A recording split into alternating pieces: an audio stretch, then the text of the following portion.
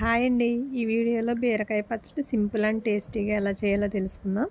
ముందుగా stove on చేసి బాండీ పెట్టి ఆయిల్ వేసి పావు కప్పు పల్లీలు, కొద్దిగా ఆవాలు, జీలకర్ర, ఎండుమిర్చి వేసి వేయించుకొని 2 పచ్చిమిర్చి చీలికలు, కొద్దిగా కరివేపాకు వేసి 2 నిమిషాలు వేయించి మిక్సీ జార్లో వేసి చల్లారనివ్వాలి.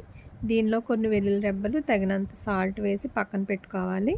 ఇప్పుడు ఇదే ఆయిల్లో 2 స్పూన్ల ఆయిల్ వేసి వేడయ్యాక తొక్క తీయకుండా కడిగి కట్ చేసి పెట్టుకున్న బీరకాయ ముక్కలు వేసి ఒకసారి కలుపుకొని కొంచెం పసుపు, కొద్దిగా ఉప్పు వేసి అంతా కలిసేలా బాగా కలుపుకొని మూత పెట్టి 5 నిమిషాలు మగ్గనివ్వాలి.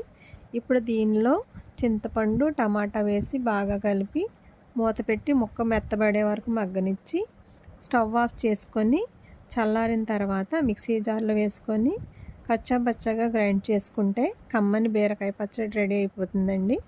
ఈ వీడియో మీకు నచ్చితే లైక్ చేసి సబ్స్క్రైబ్ చేసుకోండి ఫ్రెండ్స్. Thanks for watching.